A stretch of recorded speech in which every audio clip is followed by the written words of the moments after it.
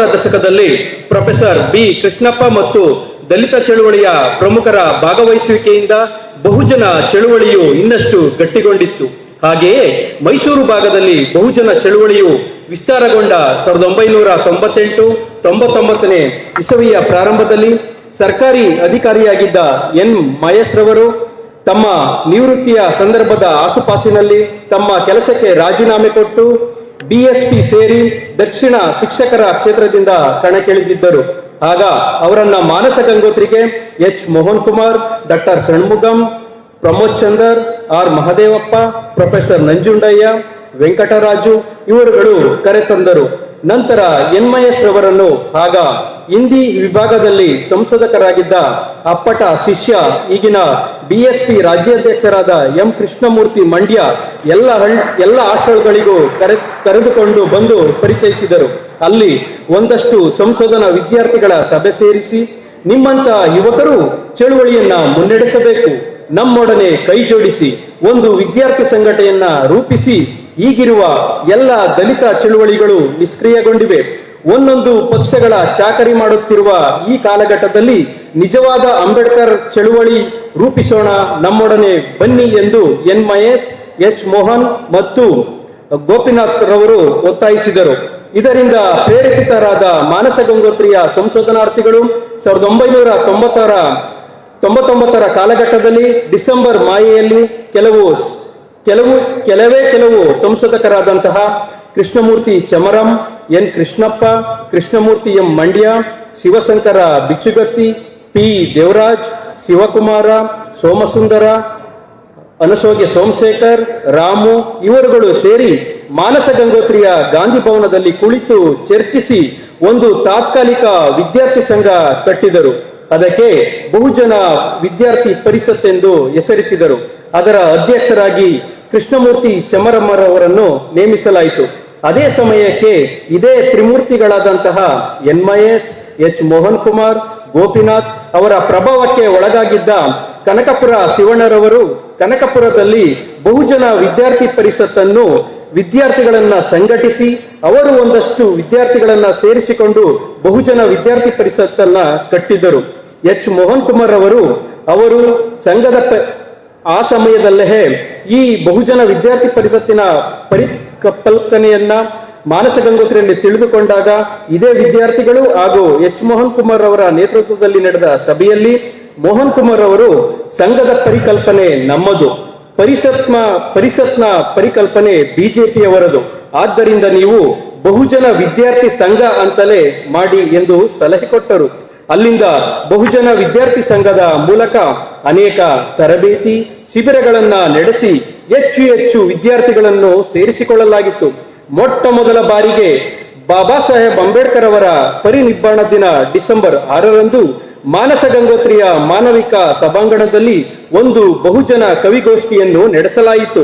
ಈ ಕವಿಗೋಷ್ಠಿಯಲ್ಲಿ ಮೈಸೂರು, ಚಾಮರಾಜನಗರ, ಮಂಡ್ಯ, ಹಾಸನ, ಬೆಂಗಳೂರು ಗ್ರಾಮಾಂತರದಿಂದ ಅದಾಗಲೇ ಕ್ಯಾಂಪ್ಗಳಲ್ಲಿ ಭಾಗವಹಿಸಿ ಬಂದಿದ್ದ ಸಾವಿರಾರು ಯುವಕರು ಹೊಸ ತರದ ಕಾವ್ಯಗಳನ್ನು ಓದಿದರು. ಇಡೀ ಸಭಾಂಗಣ ಕಿಕ್ಕಿರಿದು ತುಂಬಿತ್ತು.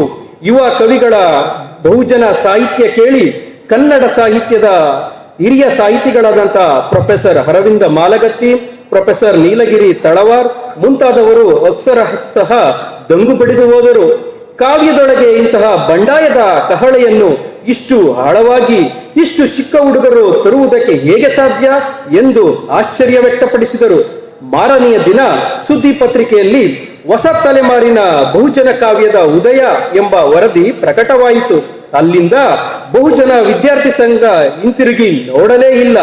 ಬಹುಜನ ಚಳುವಳಿ ಒಂದು ಹೆದ್ದಾರಿಯನ್ನು ಮತ್ತು ಒಂದು ಶಿಸ್ತಿನ ಮಾದರಿಯನ್ನು ಸೃಷ್ಟಿಸಿತು.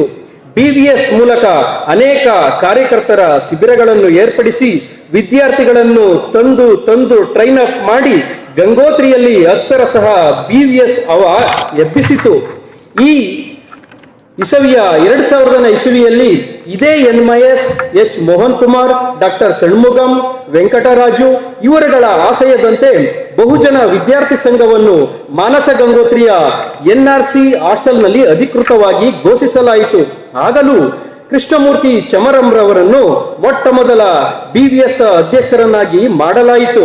ಎನ್ ಕೃಷ್ಣಪ್ಪ ಪ್ರಧಾನ ಕಾರ್ಯದರ್ಶಿ, ಶಿವಕುಮಾರ, ಪಿ ದೇವರಾಜ್, ಆರ್ ಮಹೇಶ್, ರಾಮು, ಪೃಥ್ವಿರಾಜ್, ರಘೋತ್ತಮ ಹೀಗೆ ಮುಂತಾದ ವಿವಿಧ ಪದಾಧಿಕಾರಿ ಹುದ್ದೆಗಳನ್ನ ಪಡೆದುಕೊಂಡರು.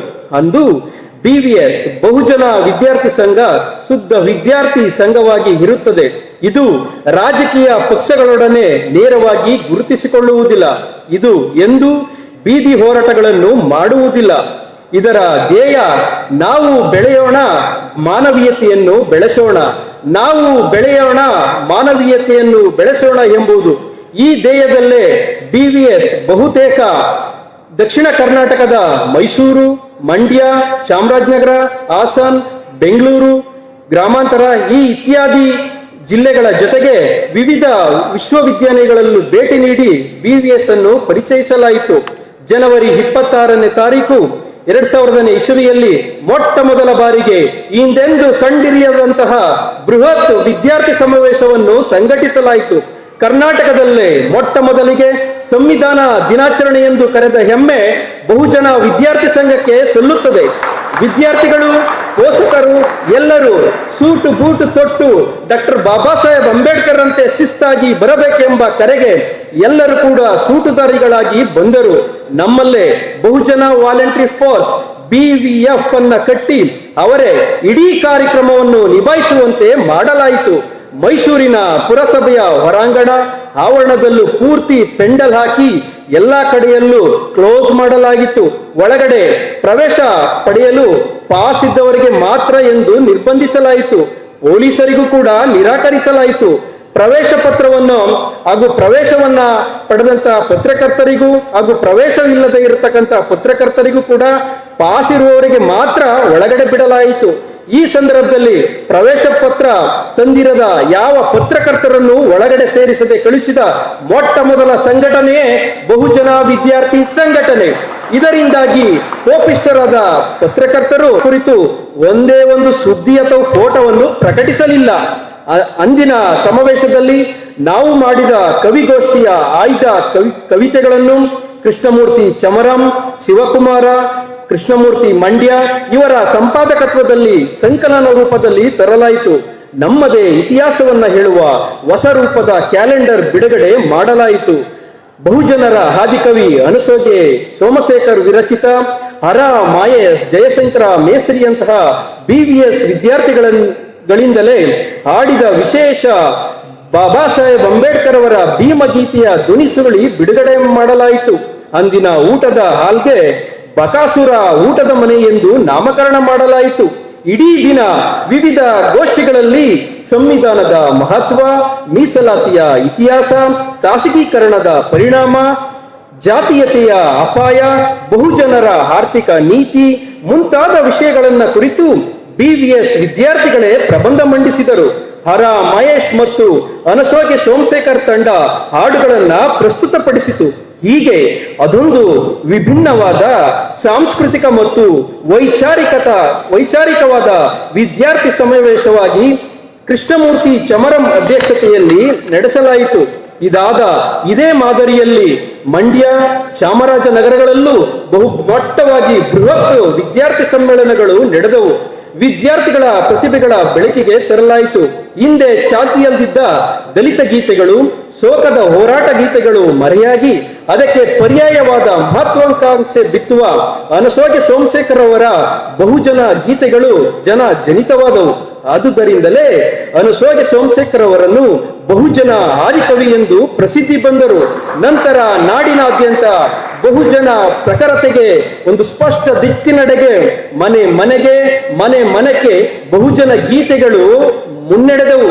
ಬುದ್ಧ, ಬಸವಣ್ಣ, ಮಹಾತ್ಮ ಜ್ಯೋತಿಬಾ ಫುಲೆ, ಮಾತೆ ಸಾವಿತ್ರಿಬಾಯಿ ಫುಲೆ, ಛತ್ರಪತಿ ಸಾಹು ಮಹಾರಾಜ್, ನಾಲ್ವಡಿ ಕೃಷ್ಣರಾಜ ಒಡೆಯರ್, ನಾರಾಯಣ ಗುರು, ಪೆರಿಯಾರ್, ಡಾಕ್ಟರ್ ಬಾಬಾ ಸಾಹೇಬ್ ಅಂಬೇಡ್ಕರ್ ಹೀಗೆ ಮುಂತಾದ ಹೆಸರಿನಲ್ಲಿ ಸೆಮಿನಾರ್ಗಳನ್ನು ಎಲ್ಲ ತಾಲೂಕು ಕೇಂದ್ರಗಳಲ್ಲೂ ಕೂಡ ನಡೆಸಲಾಯಿತು. ಅದಲ್ಲದೆ ಸಂವಿಧಾನ ಜಾಥಾ, ಮೀಸಲಾತಿ ಇತಿಹಾಸ ಸಾರುವ ಬೈಕ್ ರ್ಯಾಲಿ, ನಾಲ್ವಡಿರವರೆಗೆ ನಮನ ಸಲ್ಲಿಸುವ ಜಾಥಾ, ಕವಿಗೋಷ್ಠಿಗಳು, ಬಹುಜನ ಪ್ರತಿಮಾ ಮೇಳ, ಬಹುಜನ ಮಕ್ಕಳ ಎಳೆನಾಗರ ಮೇಳಗಳು, ಬಹುಜನ ಸಾಂಸ್ಕೃತಿಕ ಕಾರ್ಯಕ್ರಮಗಳು ಬಹುಜನ ಕಲಾವಿದರ ಕುಂಚಗಳ ಅನಾವರಣ, ಹೀಗೆ ಹಲವು ಕಾರ್ಯಕ್ರಮಗಳು ಬಹಳ ಅಚ್ಚುಕಟ್ಟಾಗಿ ಅದೇ ಶಿಸ್ತಿನಿಂದ ನಿಖರವಾಗಿ ನಡೆಸಲಾಯಿತು. ಹಳ್ಳಿಗಳಲ್ಲಿ, ಪಟ್ಟಣಗಳಲ್ಲಿ ಅಸಂಖ್ಯಾತ ಅಧ್ಯಯನ ಶಿಬಿರಗಳನ್ನು, ವಿಶ್ವವಿದ್ಯಾನಿಲಯಗಳಲ್ಲಿ ಹಾಗೂ ಈ ರೀತಿ ಅಸಂಖ್ಯಾತ ಅಧ್ಯಯನ ಶಿಬಿರಗಳನ್ನು ಕೂಡ ನಡೆಸಲಾಯಿತು. ಇದರಿಂದಾಗಿ BVS ನವರು ನೀಲಿ ಚಡ್ಡಿಗಳೆಂದು ಟೀಕಿಸಿದವರು ಉಂಟು. ನಾಡಿನಲ್ಲಿ ರಾಜಕೀಯ ಅಸ್ಥಿರತೆಗೂ BVS ಕಾರಣವಾಯಿತು. BVS ವಿದ್ಯಾರ್ಥಿಗಳು ಅಧ್ಯಯನಶೀಲರು, ಚರ್ಚಾಪಟುಗಳು, ಭಾಷಣಗಾರರು, ಹಾಡುಗಾರರು ಹೀಗೆ ಆಗಿದ್ದರಿಂದ ಅವರೊಡನೆ ಎಂಥ ಹಿರಿಯ ಸಾಹಿತಿಗಳು ಕೂಡ ವಾದ ಮಾಡಲು ಹಿಂಜರಿಯುತ್ತಿದ್ದರು.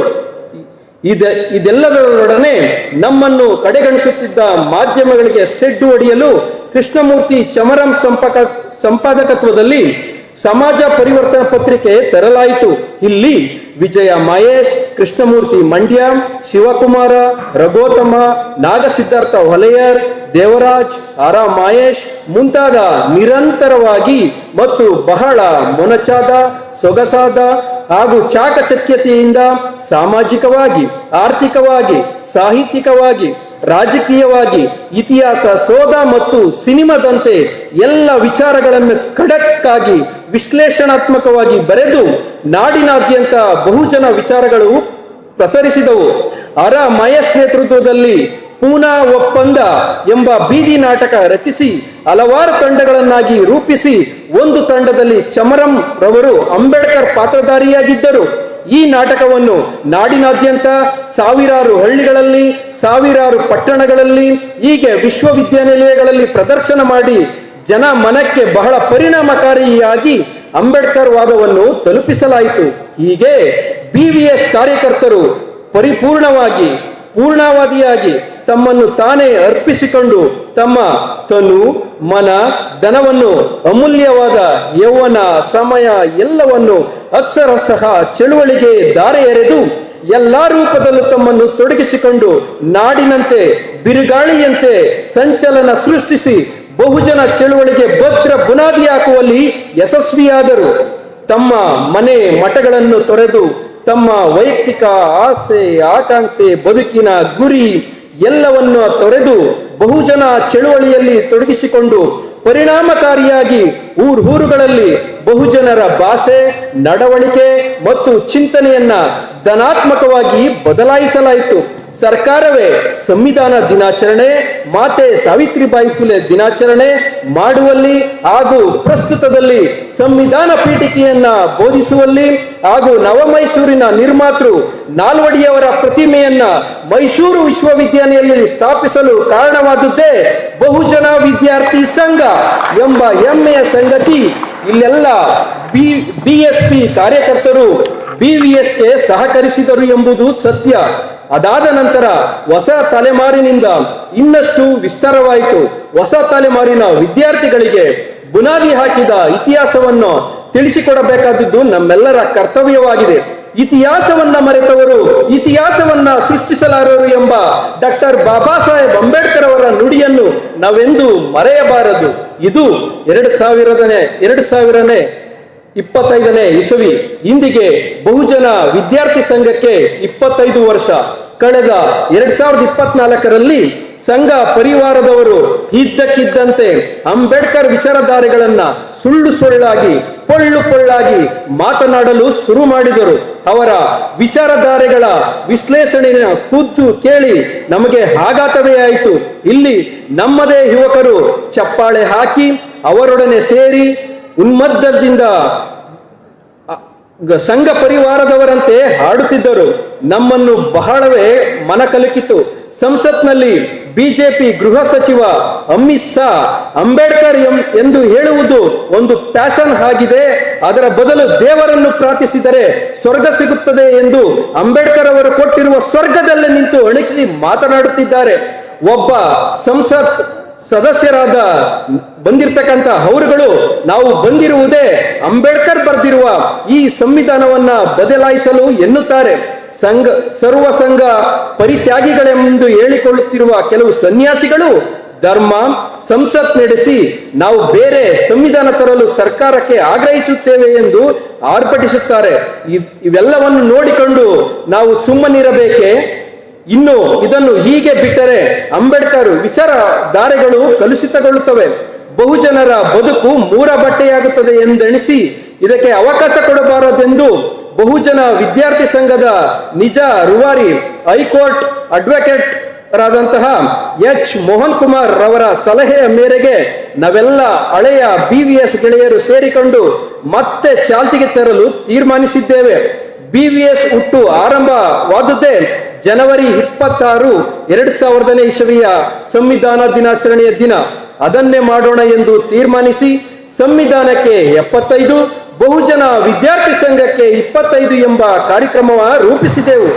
ಇದು ಬಹುಜನ ವಿದ್ಯಾರ್ಥಿ ಸಂಘದ ಒಂದು ಪರಂಪರೆ ಮತ್ತು ಒಂದು ಪ್ರಮುಖವಾದ ಲ್ಯಾಂಡ್ ಮಾರ್ಕ್.